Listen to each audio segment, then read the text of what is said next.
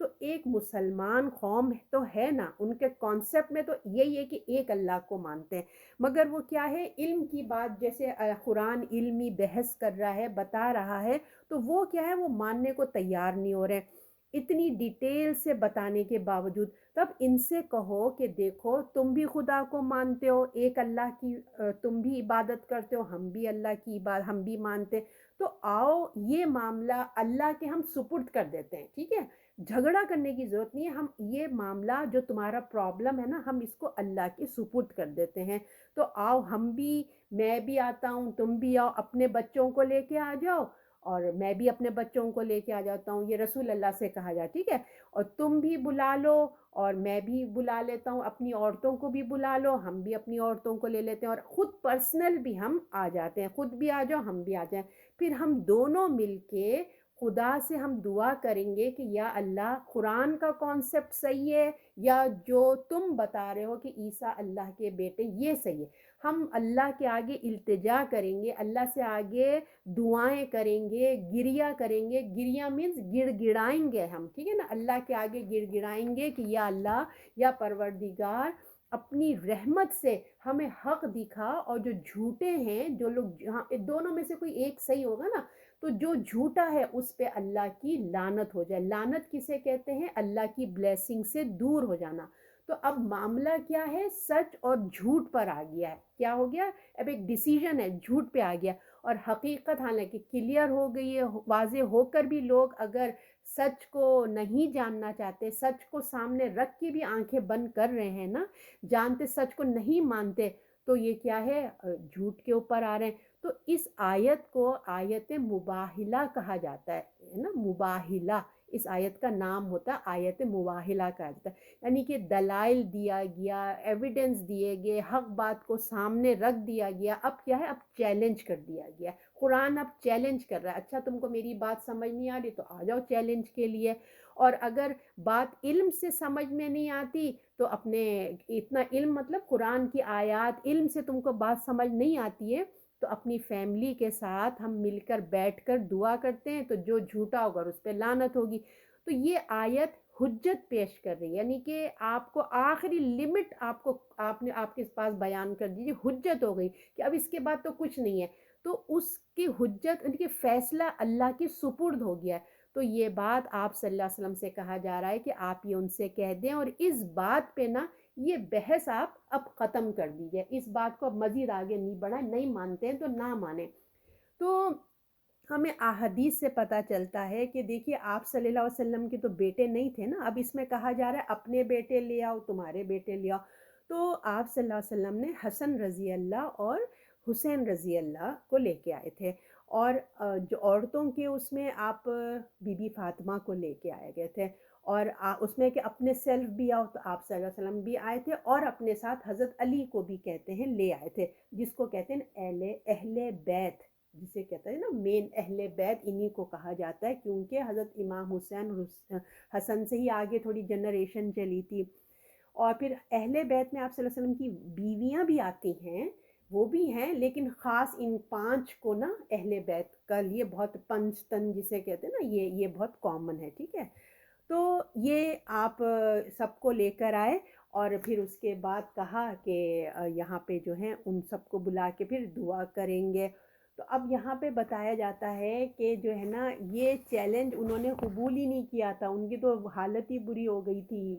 تاریخ ہسٹری بتاتی ہے، ہسٹری سے یہ ثابت ہے کہ نصارہ نے قرآن کے اس چیلنج کو قبول ہی نہیں کرے، ان کی جرت ہی نہیں، ان کو اتنا ڈر لگ گیا کہ وہ ہمت ہی نہیں کرے۔ اس سے علماء نے لکھا ہے کہ اس سے یہ بات واضح ہو گئی کہ حضرت عیسیٰ کے بارے میں انہوں نے اپنی مرضی کا، اپنے کانسیپٹ، یعنی کہ ان کی خود دل مطمئن نہیں تھے، جو انہوں نے اپنا ایک دین بنا کے رکھا ہوا نا، ایک کانسیپٹ ہے، ان کی خود دلوں میں اطمینان نہیں تھا، اسی لیے وہ لوگ یہ چیز کرنے کو ہی تیار نہیں ہوئے کہ اگر واقعی یہ صحیح ہو گیا تو ان کے اوپر تو عذاب آ جائے گا، تو وہ ڈر کے مارے انہوں نے کیا ہی نہیں ہے، اور وہ اس کو سمجھتے ہیں کہ غلط ہے، مگر پھر بھی دیکھیں آگے نہیں بڑھ رہے تھے وہ لوگ، اور تبھی دیکھیے قرآن کے چیلنج کو وہ قبول نہیں کر رہے تھے، ہمت ہی نہیں کر رہے تھے، اور پھر ان کے جو کانسیپٹ ہے نا وہ بدعات، متشابہات، میں نے آپ سے کہا تھا نا متشابہات آیات ہیں، جس میں میں نے آپ کو بتایا تھا کہ اس میں وہ رب جو ہیں وہ میں کنفیوز ہیں اور بندے اس میں کنفیوز ہیں، تو انہوں نے اپنے سے بجائے حق بات، حالانکہ بات کی آیتیں ہمیں پتہ چل گئی تھی نا کہ حضرت عیسیٰ نے کیا کہا تھا، میرا بھی رب اللہ ہے، تمہارا بھی رب اللہ ہے۔ اگر ایک جگہ تمہیں کنفیوژن ہو گئی تھی رب سے، ورڈ سے، اب سے، کہ بھئی وہ کہیں وہ بیٹا بھی ہوتا ہے یا رب خدا بھی ہوتا ہے، باپ ہوتا ہے، تو دوسری جگہ تو کلیئر ہو گیا نا، تو تم کیوں متشابہ میں چلے گئے؟ تو انہوں نے اپنی بدعات خود سے کر لی، خود ہی کنفیوژن میں چلے گئے اور اپنے تعصبات کے پیچھے انہوں نے اپنے آپ کو تباہ کر لیا۔ اور حضرت صلی اللہ علیہ وسلم کی طرف سے کھلا ہوا چیلنج، وہ آپ تیار ہو گئے بالکل، یہ ثبوت ہے کہ آپ صلی اللہ علیہ وسلم کے قرآن کی صداقت ہے، کہ پورا یقین تھا، اور وہ فیملی کے ساتھ پورے مقابلے کے لیے آپ تیار تھے، اور اس بات میں بالکل وزن اور سنجیدگی پیدا ہو گئی تھی کہ واقعی یہ حق ہے۔ تو اس لیے دیکھیے، کوئی شخص جانتے بوجھتے اپنی فیملی پر لعنت کرنے کی جرت تو نہیں کرتا نا، کون کرے گا؟ تو اللہ تعالیٰ سے یہ بات حق ہو گئی کہ جو عیسائی ہیں وہ صحیح نہیں ہے اور قرآن حق ہے۔ تو اب یہ آیت میں ایک دفعہ پڑھ دیتی ہوں، آپ سنیں۔ پھر جو کوئی تجھ سے اس بارے میں جھگڑا کرے اس کے بعد کہ تیرے پاس علم آ گیا ہے، تو آپ کہہ دیں کہ آؤ بلا لو اپنے بیٹے تمہارے بیٹے، اپنی عورتیں تمہاری عورتیں، اپنی جانیں تمہاری جانیں، اور پھر ہم التجا کریں اللہ کی، لعنت کرے اللہ جھوٹوں پر۔ انشاءاللہ آپ کو کلیئر ہو گیا یہ کانسیپٹ۔ اب آیت نمبر 62، بے شک یہی سچا بیان ہے اور کوئی اللہ کے سوا معبود نہیں، اور بے شک اللہ زبردست حکمت والا ہے۔ تو اب یہاں بتایا جا رہا ہے کہ حضرت عیسیٰ کی اصل حقیقت جو ہے نا بیان ہو گئی ہے، کہ کیا ہیں وہ خدا کے بندے ہیں اور ایک اس کے نبی اور رسول ہیں۔ یہ کلیئر بات بتا دی گئی ہے کہ کون ہیں حضرت اللہ کے بندے ہیں اور وہ اللہ کے رسول ہیں، یہاں پہ وہ بتا دیا گیا ہے۔ اور بات دیکھیے یہی سچ ہے، یہی بات سچ ہے، جو ہے اللہ نے جو بتایا یہی بات سچ ہے، اس میں کوئی شک نہیں ہے۔ جو قرآن بیان کرتا ہے اس میں کوئی شک نہیں ہے اس بات کے لیے کہ کوئی ثبوت نہیں تمہیں نہیں چاہتے، بات یہ کہ سچ ہے، یہی سچ ہے، کوئی اس کے لیے ایویڈنس، کوئی ثبوت کی ضرورت نہیں ہے، اللہ نے کہہ دیا بس یہی ہے، اور تم خود ہی نہیں آئے، وہ تو اللہ نے کہا تھا، ایک اللہ نے آفر کری تھی، اس کا حل بتایا تھا مگر وہ مانے نہیں ہے۔ اور دعا کریں، اللہ نے تو کہا تھا آؤ بھائی اپنے آپ آئیں اور دعا کر لیں، اللہ اپنا فیصلہ کر دے گا، تو وہ دنیا میں بھی فیصلہ کرتا ہے اور آخرت میں بھی کرے گا۔ اور سچ اور حقیقت یہی بات ہے کہ اللہ کے سوا کوئی معبود نہیں ہے نا، اور جو ہے خدا کی خدائی میں اس کا کوئی حصے دار نہیں ہے، اللہ ایک ہے، نہ اس کا کوئی بیٹا ہے، نہ کوئی اس کا کوئی بھی نہیں ہے، نہ اس کی بیوی ہے، نہ اس کا کوئی بیٹا ہے۔ تو تم نے جو حضرت عیسیٰ کے بارے میں یہ باتیں بنا کے رکھ لی ہیں، یہ کانسیپٹ، یہ تصورات جو تم نے قائم کر لی ہیں اپنے آپ سے تم نے کر لی، اس کی کوئی حقیقت نہیں ہے۔ معبود تو صرف اللہ تعالیٰ ہی ہیں، بس دیٹس اٹ۔ اللہ کے سوا کوئی معبود نہیں ہے، وہ اکیلا ہے، اور اللہ اس کی، اور اللہ ہی عزیز ہے نا، اللہ عزیز ہے، سب پر غالب ہے اللہ تعالیٰ، اللہ عزیز ہے اور اللہ حکیم ہے۔ عزیز کسے کہتے ہیں؟ زبردست، پاورفل، کنٹرول ہے اس کا، وہ، اور وہ اپنی حکمت سے اس نے اپنی، وہ زبردست ہے، وہ جو چاہے کر سکتا ہے، اور وہ حکیم ہے، تو اس نے اپنی حکمت سے ایک سلوشن بھی بتایا کہ بھائی تم لوگوں کے مسئلے حل ہو جائیں گے۔ وہ لوگوں نے ماننے سے انکار کیا، وہ زبردست ہے، اور کیوں؟ اللہ تعالیٰ جب اللہ ایک بات بتا رہے ہیں تو بجائے سننے کے انہوں نے نافرمانی کی اور اپنے سے من گھڑت انہوں نے ایک دین بنا لیا۔ تو اللہ جو ہے وہ زبردست ہے، اللہ کی نافرمانی جو بھی کرے گا اور جو حجت بازی کرے گا تو اللہ تعالیٰ پھر ایسے لوگوں کو سخت سزا بھی دیں گے۔ اور آیت نمبر 63 ہے، پھر اگر وہ قبول نہ کریں تو اللہ فساد کرنے والوں کو خوب جانتا ہے۔ تو اب بتا رہے چلیں، اگر اب بھی نہیں مانتے، اتنا سب کچھ کرنے کے باوجود اگر وہ نہیں تیار ہوتے، تو ان کی یہ ہٹ دھرمی ہے۔ لوگوں پر واضح ہو جانے کے بعد، اتنا سب کچھ کلیئر ہو جانے کے بعد، اللہ سے تو کوئی بات دیکھیے چھپی ہوئی نہیں ہے۔ لوگ اپنے اپنے دلوں میں اور ذہنوں میں مختلف باتیں چھپاتے، مگر اللہ تو سب کو جانتا ہے کہ سب کی نیتیں کیا ہیں، سب کیا کر رہے ہیں، تو اللہ سے تو کوئی بات چھپی ہوئی نہیں ہے۔ تو اس کے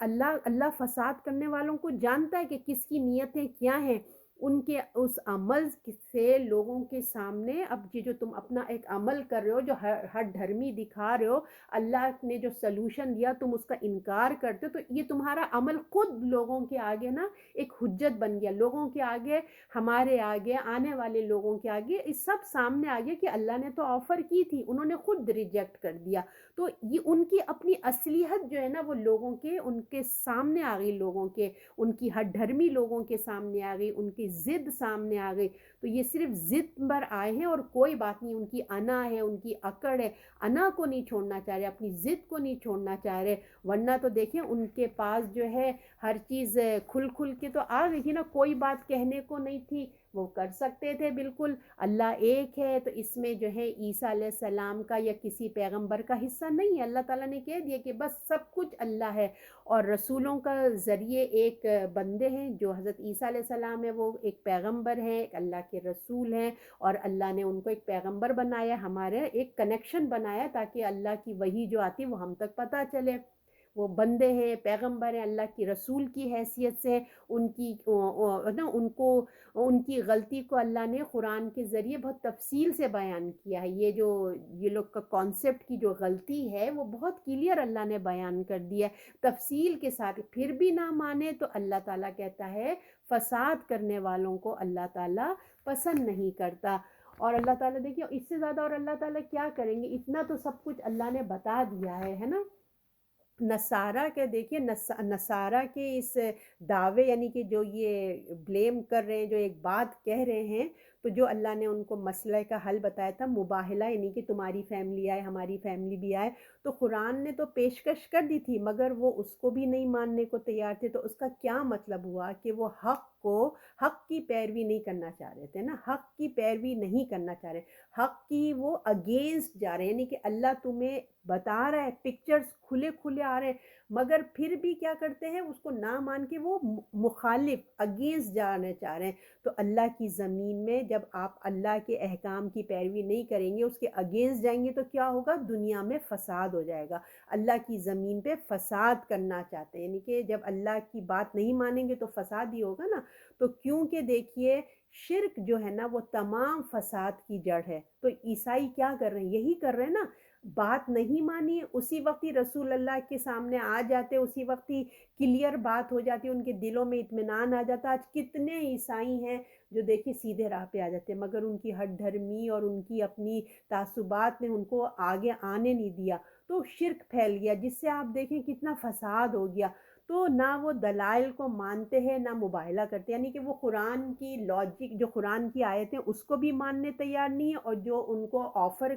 کی گئی اس کو بھی نہیں مانتے، تو یعنی کہ وہ ضد اور ہٹ دھرمی میں مبتلا ہیں، حق کو پہچان کر قبول کرنے کے بجائے کیا کر رہے ہیں، وہ دنیا میں فساد برپا کر رہے ہیں، اور اللہ تعالیٰ کہہ رہا ہے کہ اللہ فساد کرنے والوں کو خوب اچھی طریقے سے جانتا ہے، اور ان کا جو انجام ہوگا وہ بھی بہت اچھی طرح، تو ان کے انجام تک بھی اللہ تعالیٰ ایسے لوگوں کو پہنچائے گا کہ جو ایسی حرکتیں کرتے ہیں۔ اب آیت نمبر 64، آپ کہہ دیجئے اہل کتاب، آؤ ایک بات کی طرف جو برابر ہے،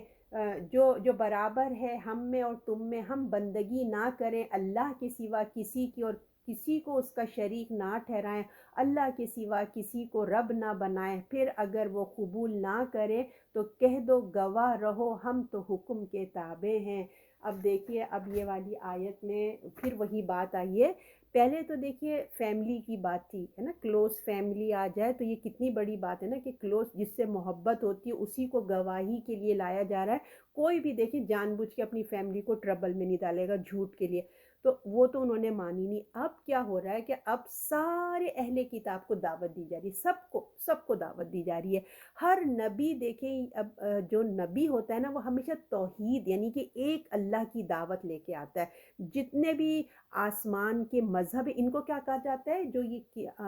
جو ہم لوگ ہیں نا مسلمان ہیں، یہودی ہیں، عیسائی ہیں، ان مذہب کو آسمانی مذہب کہا جاتا ہے، کیونکہ اس کا جو گائیڈ لائن ہے وہ آسمان سے آئی ہے، وہی آئی ہے، تو اس لیے یہ آسمانی مذہب اس کو کہا جاتا ہے۔ توحید اس کی جو بیس ہے وہ ہوتی ہے توحید پر ہوتی ہے، تو اللہ کے سوا کسی کی عبادت نہیں، دین کی دعوت میں لوگوں کو سب سے پہلے نا توحید کی طرف بلایا جاتا ہے، ٹھیک ہے نا؟ جب بھی ہم کسی کو دعوت دیتے ہیں نان مسلم کو، تو سب سے پہلے ہم کیا کرتے ہیں؟ ایک اللہ کی طرف جوڑتے ہیں، ایک اللہ کی طرف ہم اس کو بلاتے ہیں کہ وہ اللہ کو مانے، کیونکہ دیکھیں اس کے بعد ہی تو تمام اعمال قبول ہوں گے نا۔ تو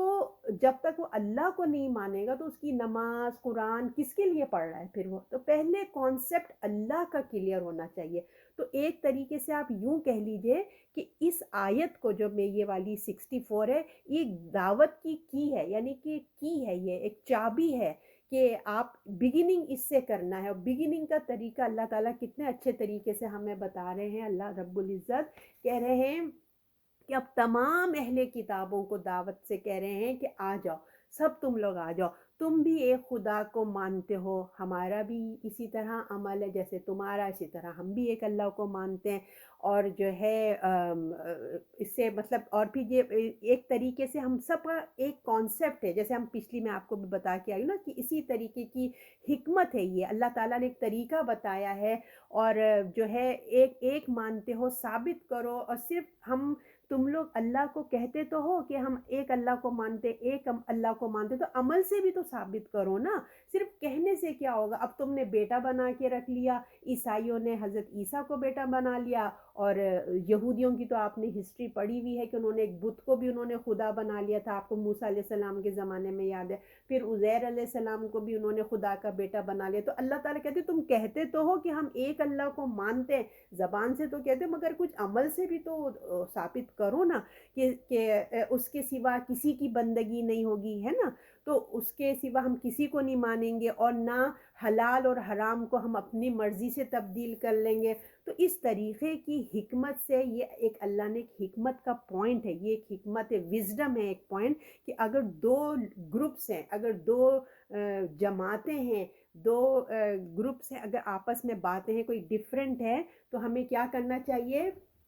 کہ کوئی بات جو ملتی ہو نا آپس میں، جو ایک میوچل انڈرسٹینڈنگ، جس بات پہ جو ہسبینڈ وائف بھی ہو سکتے ہیں کہ دونوں میں اگر جھگڑا ہے تو وہ کہتے ہیں کہ چلو آؤ ہم اس بات پہ آ جاتے ہیں جو تم میں اور ہم میں ایک ایک ہماری سوچ ہے۔ تو اللہ تعالیٰ وہی فارمولا بتا رہے ہیں کہ یہود، نصارہ، مسلم، تم تینوں کی سوچ ایک ہی ہے کہ تم تینوں ایک اللہ کو مانتے ہو۔ یہ اور الگ چیپٹر ہے کہ انہوں نے شرک کر لیا، انہوں نے خدا کا بیٹا بنا۔ اور ہم مسلمانوں میں بھی آپ دیکھیں تو بہت شرک کے ہمیں بھی بہت چیزیں نظر آ جاتی ہیں، مزاروں پہ آپ کو نظر آ جائے گا کہ اللہ کے سوا کسی اور سے مانگنا، ہے نا؟ تو ہمارے طرف اس طرح کا شرک آیا، ان کی طرف دوسری طریقے کا شرک آ گیا۔ تو اللہ تعالیٰ کہہ رہے ہیں مگر کانسیپٹ کیا ہے ہمارے یہاں؟ کتنا بھی کوئی مزاروں پہ خبروں سے مانگنے والا بھی، وہ اس کا کانسیپٹ یہی ہے کہ نہیں اللہ اللہ اس کے پاس بھی ہو، تو ان کے پاس بھی ایسے ہی ہے۔ تو اب اللہ تعالیٰ کہہ رہے ہیں کہ دو گروہ کہ جو کوئی بات ملتی ہے، بات کو اس طریقے سے ایک کنورسیشن بڑھاؤ۔ اور پھر اللہ کا حکم بھی ہے کہ اللہ تعالیٰ کہتے ہیں کہ رب کے راستے میں کیا کرنا ہے؟ آرام سے، نرمی سے اور حکمت سے، اچھی نصیحت کے ذریعے ہم کو ایک دوسرے کو دعوت دینی ہے۔ حالانکہ آپ دیکھیے اللہ کو پتہ ہے کہ اہل کتاب جو ہیں وہ آپ صلی اللہ علیہ وسلم کا انکار کر رہے تھے، آپ سب جانتے ہیں، وہ قرآن کو نہیں مانتے تھے، قرآن کا انکار کرتے تھے، اس کے باوجود وہ یعنی کہ اللہ کے رسول کو نہیں مان رہے، قرآن کو نہیں مان رہے، اور اللہ کو بھی ایک شرک کے ساتھ مان رہے ہیں۔ سب چیزوں کے باوجود اللہ تعالیٰ کہہ رہا ہے کہ نہیں، تم توحید پر جمع ہو جاؤ۔ قرآن نے ان کو دعوت دیتی ہے کہ یہ بات ہمارے اور تمہارے درمیان سیم ہے، ہماری سیم اسی بات پہ انڈرسٹینڈنگ ہے کہ اللہ کے سوا کوئی معبود نہیں، اور اسی کی بندگی ہمیں کرنا چاہیے۔ پھر تم نے کیوں خدا کی عبادت میں دوسروں کو شریک بنا لیا ہے نا؟ تو کہہ دو آؤ اہل کتاب ایک بات کی طرف جو برابر ہے تم میں اور ہم میں،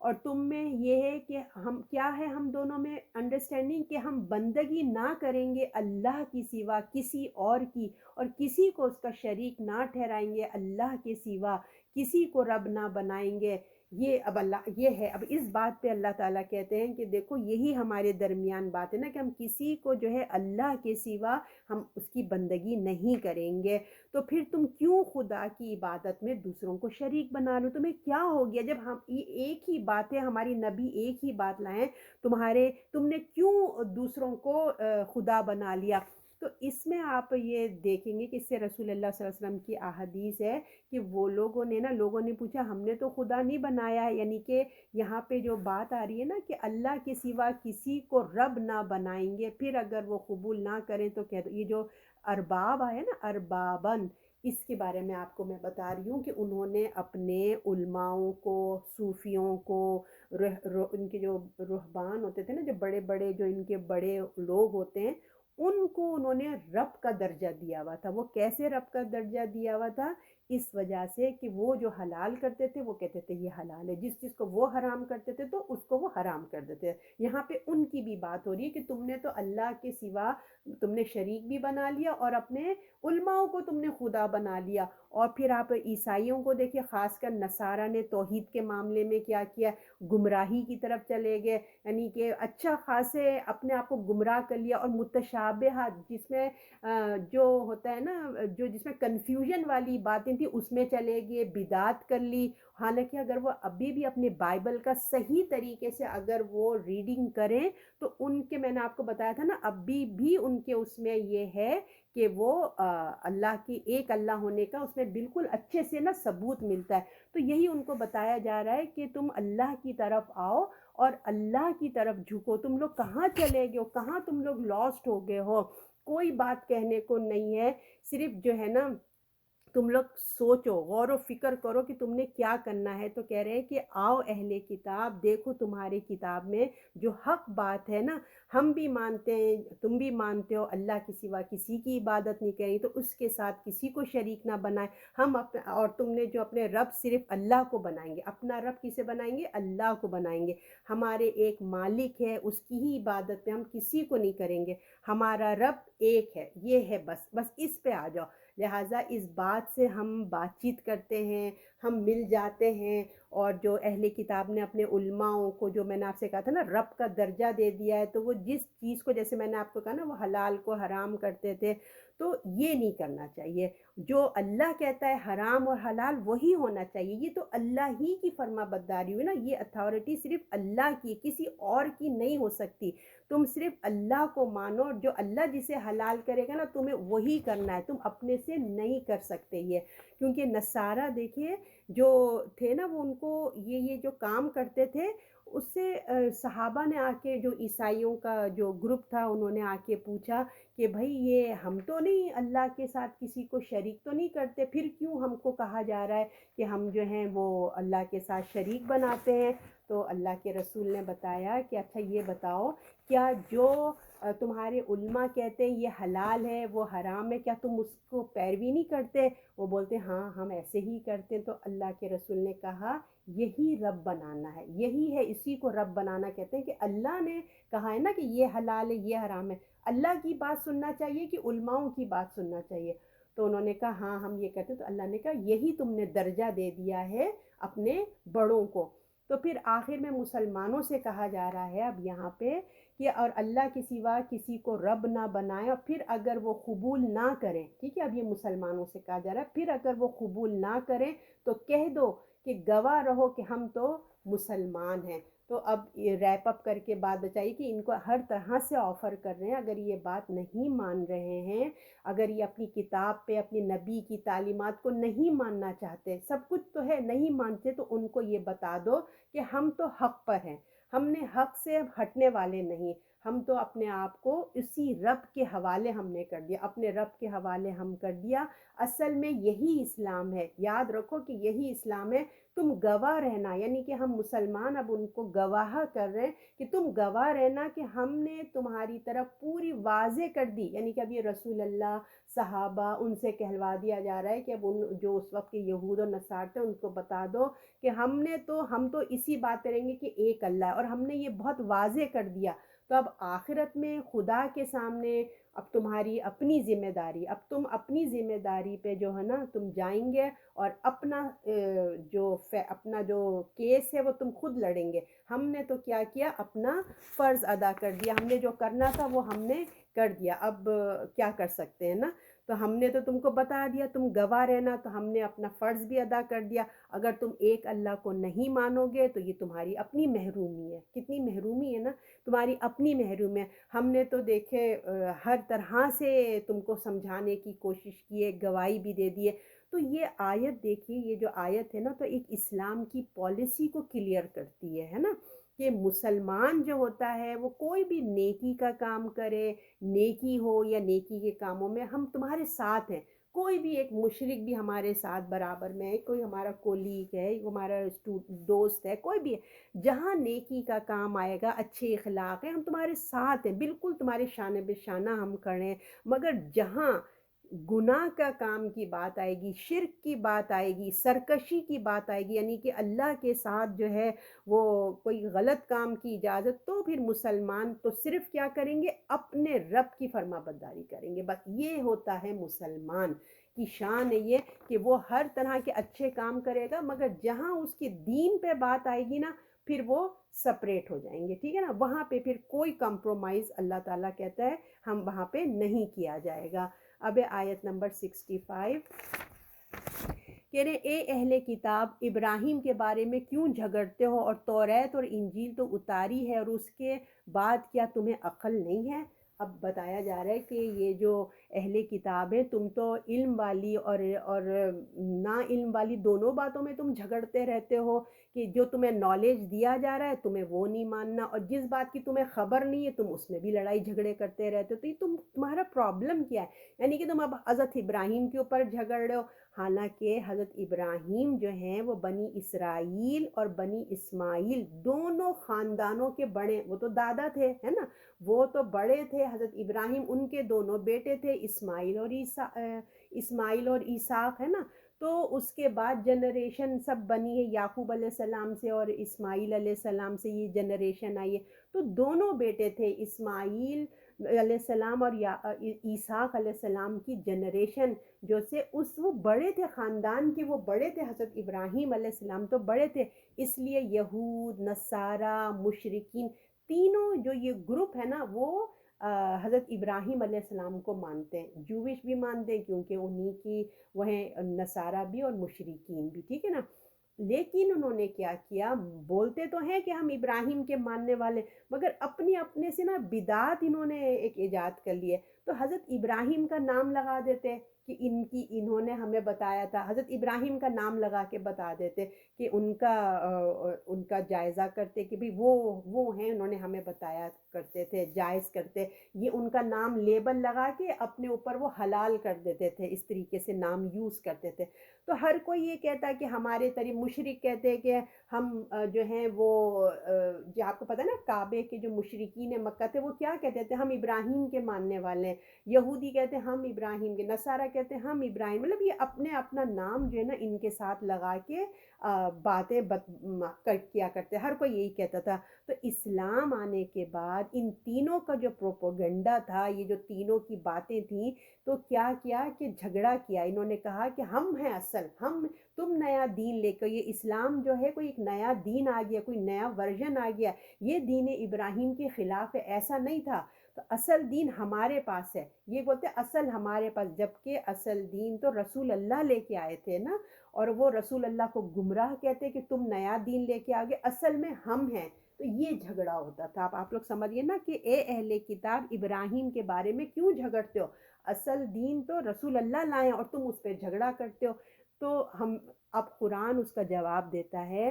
کہ اے اہل کتاب، ابراہیم کے بارے میں کیوں جھگڑتے ہو، توریت اور انجیل تو اتری ہے، اس کے بعد کیا تمہیں سمجھ نہیں ہے؟ تو قرآن بتاتا ہے یہ کہ توریت اور انجیل کا نزول، یعنی کہ جو آئی ہے توریت اور انجیل، وہ تو حضرت ابراہیم علیہ السلام کے آنے کے بعد کتنے ڈیکیڈز، کتنے زمانے کے بعد حضرت ابراہیم کے وہ موسیٰ علیہ السلام آئے ہیں، اور توریت اور انجیل آئی ہے بالکل آخری، آپ کو پتہ نا رسول اللہ کے آنے سے پہلے کہ حضرت عیسیٰ علیہ السلام اور موسیٰ علیہ السلام نبی ہیں، کب ابراہیم علیہ السلام آئے، کب توریت اور انجیل آئی ہے، پھر وہ یہودی کیسے ہو گئے یہ بتاؤ، وہ نصارہ کیسے ہو گئے؟ تم لوگوں کی عقل ہے کہ کیا ہے؟ اللہ یہ پوچھ رہے ہیں کہ یہ بتاؤ کہ کب توریت اور انجیل آئی اور ابراہیم کب کے ہیں؟ تم تو ایسی بات کرتے ہو جس کا تمہیں خود علم نہیں ہے، جھگڑا بس خالی تم نے جھگڑا کرنا ہے، چاہے تمہیں کوئی نالج ہو چاہے نہ ہو، بس تم نے جھگڑنا ہی ہے۔ تو جس کا علم تمہیں خود بھی نہیں ہے تو تم عقل سے نہیں، تم عقل استعمال نہیں کرتے؟ کیا تمہیں عقل کی بات سمجھ نہیں آتی؟ اللہ تعالیٰ فرماتے ہیں کیا تمہیں عقل تمہارے پاس نہیں ہے؟ کیا کیا سمجھ بوجھ نہیں ہے جو تمہارے سمجھ آ جائے کہ بھائی کیا صحیح ہے کیا غلط ہے؟ تو یہاں پہ وہ بات ہو رہی ہے، توریت اور انجیل اتری ہے، اس کے بعد کیا تم عقل نہیں؟ کیا تمہاری سمجھ نہیں ہے؟ تمہارا کہاں دماغ ہو گیا؟ کدھر سے کدھر تم اپنے آپ کو یہودی اور نصاری سب کہہ رہے ہو؟ یہودی تھے وہ کہاں سے یہودی ہو گئے؟ اب آیت نمبر 66، سنتے ہو تم لوگ جھگڑ چکے ہیں جس میں تمہیں کچھ خبر نہیں، خبر تھی، اب کیوں جھگڑتے ہو جس بات کی تمہیں خبر نہیں؟ یعنی کہ وہ کہہ رہے ہیں سنتے ہو تم جھگڑ چکے جس میں تمہیں ساتھ خبر ہو، اب کیوں جھگڑتے ہو جس بات میں نہیں تمہیں کچھ خبر، اور اللہ جانتا ہے تم نہیں جانتے۔ اب اللہ تعالیٰ یہاں فرماتے ہیں کہ ہم سے جھگڑتے ہو، تم خالی تمہارا کام ہے جھگڑا کرنا، تم ہم سے کیوں جھگڑتے ہو؟ مسلمانوں سے جھگڑتے ہو، جبکہ رب نے یہ بتا دیا ہے کہ اس پر کوئی جھگڑا کی کوئی بات ہی نہیں ہے نا؟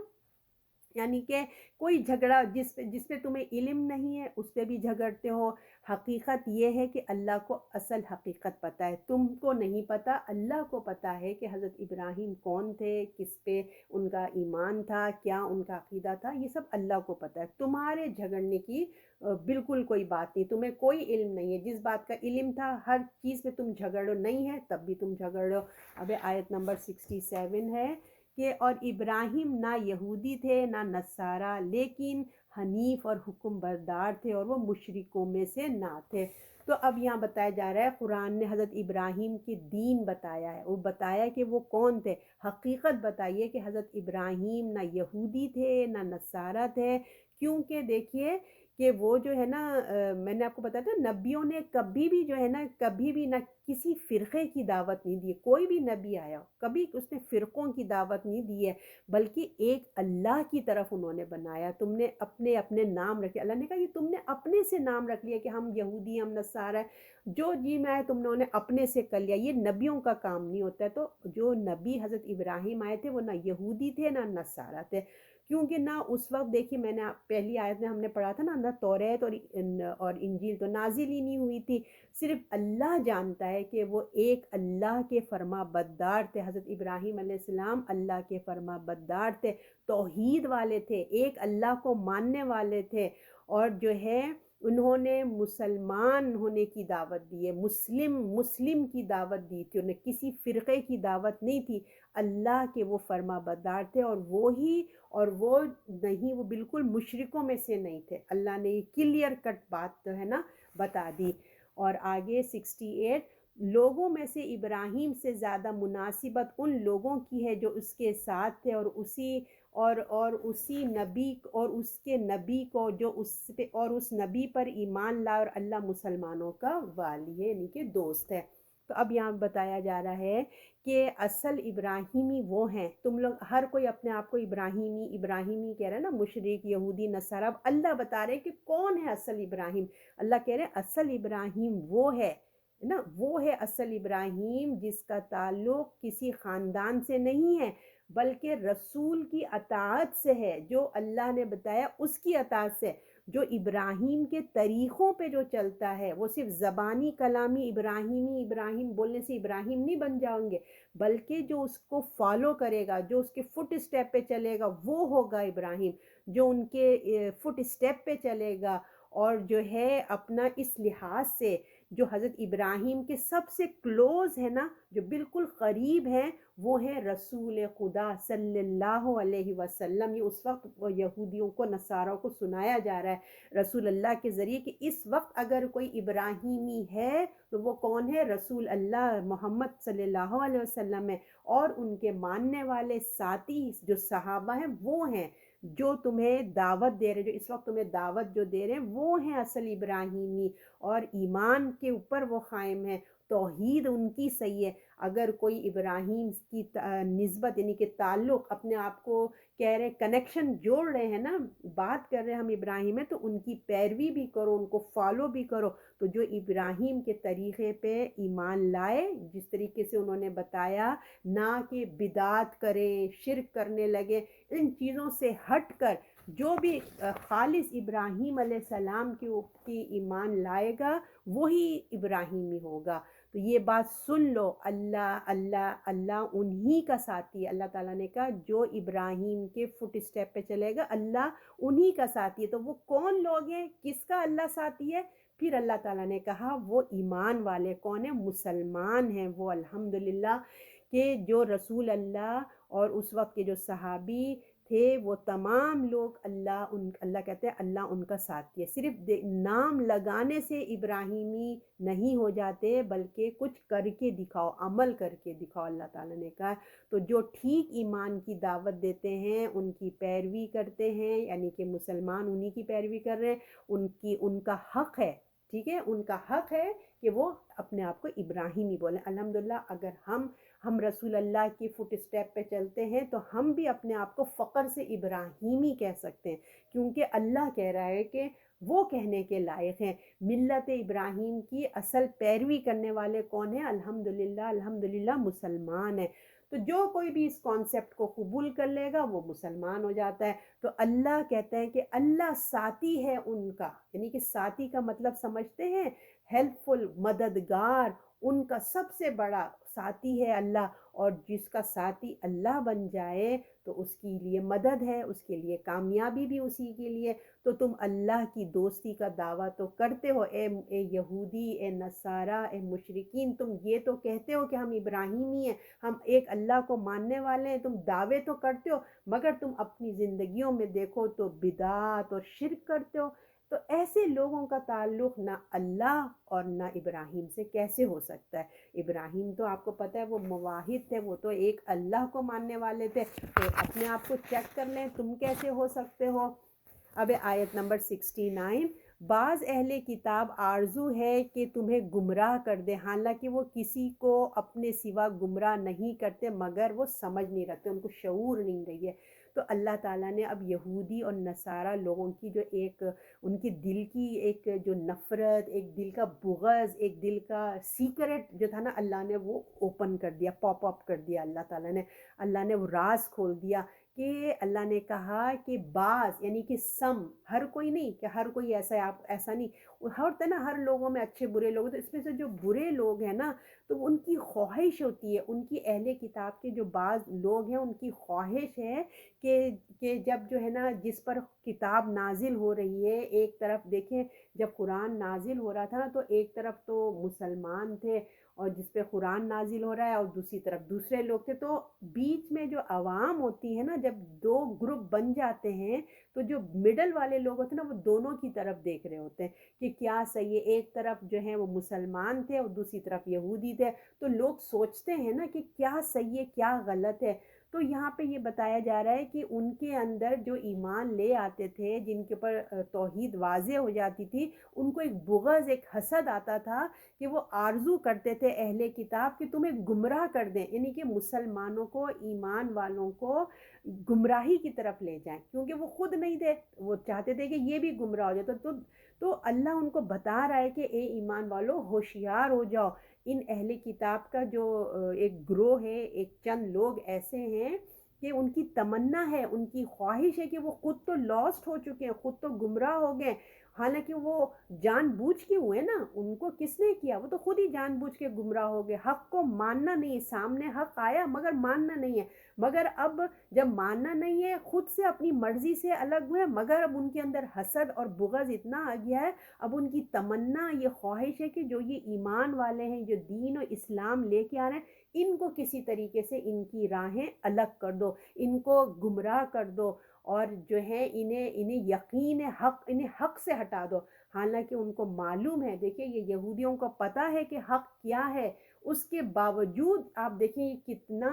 شیطان کا ایجنڈے پہ چلتے ہیں کہ ان کو ہٹانا ہے، مسلمانوں کو حق پہ ہٹا دینا ہے۔ تو اب جب مسلمان حق پر آگے ہیں تو ان کا بس نہیں چلتا کہ وہ مسلمانوں کو کسی طرح حق سے ہٹا دے، کیونکہ خود بھی قبول نہیں کرتے اور ضد میں ہے، وہ چاہتے ہیں کہ مسلمان بھی قبول نہ کرے، تو وہ نہیں چاہتے کہ وہ جو گمراہ ہو گئے گمراہی میں مزید، اللہ تعالیٰ کہہ رہے ہیں وہ گمراہ ہو گئے، ان کو سمجھ ہی نہیں کہ وہ کیا اپنی حسد میں اور اپنے ایک دماغ میں جو ایک کیڑا آ گیا ہے، ایک برائی ان کی دماغ میں بیٹھ گئی، تو اللہ تعالیٰ کہہ رہے ہیں وہ اپنے آپ کو تو لاسٹ کر ہی چکے ہیں، اب وہ دوسروں کو بھی لاسٹ کر رہے ہیں، وہ کسی کو لاسٹ نہیں کریں گے مگر وہ اپنے آپ کو ہی لاسٹ کر دیں گے، اور ان کو شعور ہی نہیں ہے، ان کو پتہ ہی نہیں ہے کہ وہ کر کیا رہے ہیں۔ سب سے بڑی جو تکلیف کی بات ہوتی ہے نا کہ انسان گناہ کر رہا ہوتا ہے اور اس کو یہی پتہ نہیں ہوتا کہ یہ گناہ ہو رہا ہے، شعور ہی نہیں ہے۔ اللہ تعالیٰ کہہ رہے ہیں کہ اللہ تعالیٰ ان کو یہی خبر نہیں ہے کہ وہ کام کیا کر رہے ہیں، اپنے لیے خود ہی گڑھا کھود رہے ہیں اور خود ہی گریں گے۔ اب آیت نمبر 70، اے اہل کتاب کیوں انکار کرتے ہو کلام کا اللہ پہ اور تم قائل ہو۔ اب اللہ تعالیٰ فرماتے ہیں کہ کیا ہو گیا ہے تمہیں اہل کتاب، تمہیں کیا ہو گیا ہے، تم کیوں انکار کرتے ہو، تمہیں کس بات کی ضد اور کس بات کو تم نے کر لیا ہے، تم اہل کتاب ہو، تمہیں تمہارا کتنا بڑا آنر ہے، اگر کوئی اور ہوتا، کوئی اور انکار کرتا تو دوسری بات تھی، اگر کوئی مشرکین ایسی بات کر رہے ہو تو کوئی اور بات تھی، تم تو پڑھے لکھے، تمہارے پر اللہ نے کتاب نازل کی، نبی آئے، پھر تم اتنا ایسی بات کر رہے ہو، اتنی تم ایسی تمہاری انکار ہے اور اللہ کی نافرمانی کی تم کام کر رہے ہو، تم تو خود گمراہ، تم تو خود گواہ ہو نا، تم تو خود گواہ ہو، تم اہل کتاب ہو، تم دوسروں کو گمراہ کرنے کی کوشش کر رہے ہو، تمہیں کیا ہو گیا ہے اہل کتاب۔ اللہ تعالیٰ دیکھیے کتنا افسوس اللہ تعالیٰ کو آ رہا ہے کہ تم تو اتنے پڑھے لکھے اتنے اچھے ہو تم لوگ، تو افسوس ہو رہا ہے۔ دیکھیے اے اہل کتاب کیوں انکار کرتے ہو، اللہ تعالیٰ کتنے اس سے درد سے پوچھ رہے ہیں، افسوس ہے اہل کتاب تم لوگوں پر، تم لوگ تو چوزن پیپل تھے، تم لوگ کو تو میں نے چوز کیا تھا۔ آپ سب سورہ بقرہ میں پڑھ کے ہیں اللہ نے ان کے کتنے نخرے نہیں اٹھائے، اللہ نے تم سے عہد لیا، تم سے وعدہ کیا، تم نے اوکے کیا، تم نے کہا تھا کہ ہم مانیں گے، ان کو پھر اب تم کو کیا ہو گیا ہے نا، تم تو ایسے لوگ تھے کہ تم نے دوسروں کو راستہ دکھانا تھا، ہے نا، تم کو چوزن پیپل تھے، تم ایمان لا کے تم دوسروں کو جہنم سے تم کو بچانا تھا، مگر افسوس کہ تم نے تو اپنا مشن ہی بدل دیا، تم تو حسد میں آ گئے، تم تو ضد میں آ گئے، ہٹ دھرمی میں آ گئے، اور جو مشن میں نے تم کو دیا تھا وہ تو تم بھول گئے۔ تمہارا دل گواہی دیتا ہے، تمہارا دل اندر سے، تمہارا جو نفس ہے وہ کہتا ہے کہ ہم غلط کرتے ہیں، ہم اللہ کی آیات کو پلٹتے ہیں، ہم اللہ کی آیات کو بیچتے ہیں، تمہارا اندر کا ضمیر تمہیں بتاتا ہے کہ تم صحیح نہیں کر رہے ہو۔ اب آیت نمبر 71 یہ لاسٹ ہے، اے اہل کتاب کیوں ملاتے ہو سچ اور جھوٹ کو اور چھپاتے ہو سچی بات کو اور تم جانتے ہو۔ پھر دیکھیے اللہ تعالیٰ کہہ رہے ہیں اے اہل کتاب تمہیں کیا ہو گیا، جسے کہتے ہیں نا ہائے افسوس اہل کتاب کیا ہو گیا۔ جیسے ایک ماں، آپ سوچیں ایک بچہ ہے، بہت اچھا بچہ ہے، خدا نخواستہ وہ بگڑ جائے، اس کی ماں باپ نے اس کے لیے بہت اس کی تربیت میں محنت کی اور خدا نخواستہ وہ غلط راستے پہ چل جائے تو کتنا دکھ ہوتا ہے نا کہ اللہ میرے بچے کیا ہو گیا تمہیں، میں نے کون سی تمہاری خواہش پوری نہیں کی، میں نے کیا نہیں کیا، تمہیں کیا ہو گیا، تم بات کیوں نہیں سمجھ رہے۔ ایسے اللہ تعالیٰ اپنے اہل کتاب کو کہہ رہے ہیں کہ اہل کتاب تمہیں کیا ہو گیا ہے، تم کیوں ایسے ہو گئے ہو، کیوں سچ اور جھوٹ کو ملا رہے ہو، سچ کو چھپا رہے ہو، تمہارے پاس سچ ہے، تمہاری کتابوں میں ہے، تمہاری توریت میں ہر بات سچ ہے، تم اچھے سے جانتے ہو، تم رسول اللہ کو بھی پہچانتے ہو، جیسے انسان اپنے بیٹوں کو پہچانتا تھا نا، رسول اللہ کو پہچانتے ہو، قرآن کو جانتے ہو، سب کچھ تمہیں پتا ہے، اور تم حق کو چھپا رہے ہو۔ جب وہ تم سے پوچھ رہے ہیں کہ یہ اصل نبی ہے، یہ قرآن حق ہے، تمہیں گواہی دینے کی بجائے تم تو گمراہ ہو رہے ہو، دوسروں کو بھی گمراہ کر رہے ہو، ہر بات واضح ہے۔ اور آپ صلی اللہ علیہ وسلم، آپ جانتے ہیں نا آپ صلی اللہ علیہ وسلم آخری نبی ہیں، قرآن اور جو حضرت ابراہیم کا خانہ کعبہ کا ہم نے پڑھا تھا نا سورہ بقرہ میں کہ ان سے کنیکشن کاٹتے تھے کہ کسی طرح پتہ نہ چلے کہ یہ حضرت ابراہیم نے ہی خانہ کعبہ کو بنایا اور حضرت اسماعیل کی قربانی ہوئی ہے۔ تو بہت ساری چیزیں وہ لوگ جو سچ جانتے تھے اس کو چھپا رہے تھے، جھوٹ بولتے تھے۔ تو بار بار اللہ تعالیٰ اہل کتاب کو جھنجھوڑ رہے ہیں، مخاطب کر رہے ہیں کہ تمہیں کیا ہو گیا ہے۔ قرآن جو ہے اللہ ان کو اتنی غلطی بتا دی مخاطب ہو کے قرآن نے، اور اللہ نے ان کو ان کی غلطی دکھا رہے، تمہیں کیا ہو گیا، حالانکہ تم اچھے سے جانتے ہو کہ حق کیا ہے۔ تمہیں ایسا نہیں ہے کہ تمہیں پتہ نہیں ہے، تم جانتے ہو کہ حقیقت کیا ہے، اس کے باوجود تم سچی بات کو جانتے بوجھتے تم انکار کر رہے ہو۔ صدق اللہ العظیم۔ اللہ تعالیٰ ہمارے کو ایسی گمراہیوں سے محفوظ رکھے۔ جب ہمیں کوئی حق بات پتہ چل جائے تو دیکھیں، اللہ نہ کرے ہم کو کوئی ایسی بات نہیں کہ ان کو کیوں پتہ چل جائے، ہم کو پتہ ہونا چاہیے۔ بعض دفعہ سستی بھی آ جاتی ہے، تو اگر آپ کو کوئی بات اچھی پتہ ہے تو اس کو بتا دیا کریں آگے، حق بات کو نہیں چھپائیں۔ کبھی کبھی ہوتا ہے نا،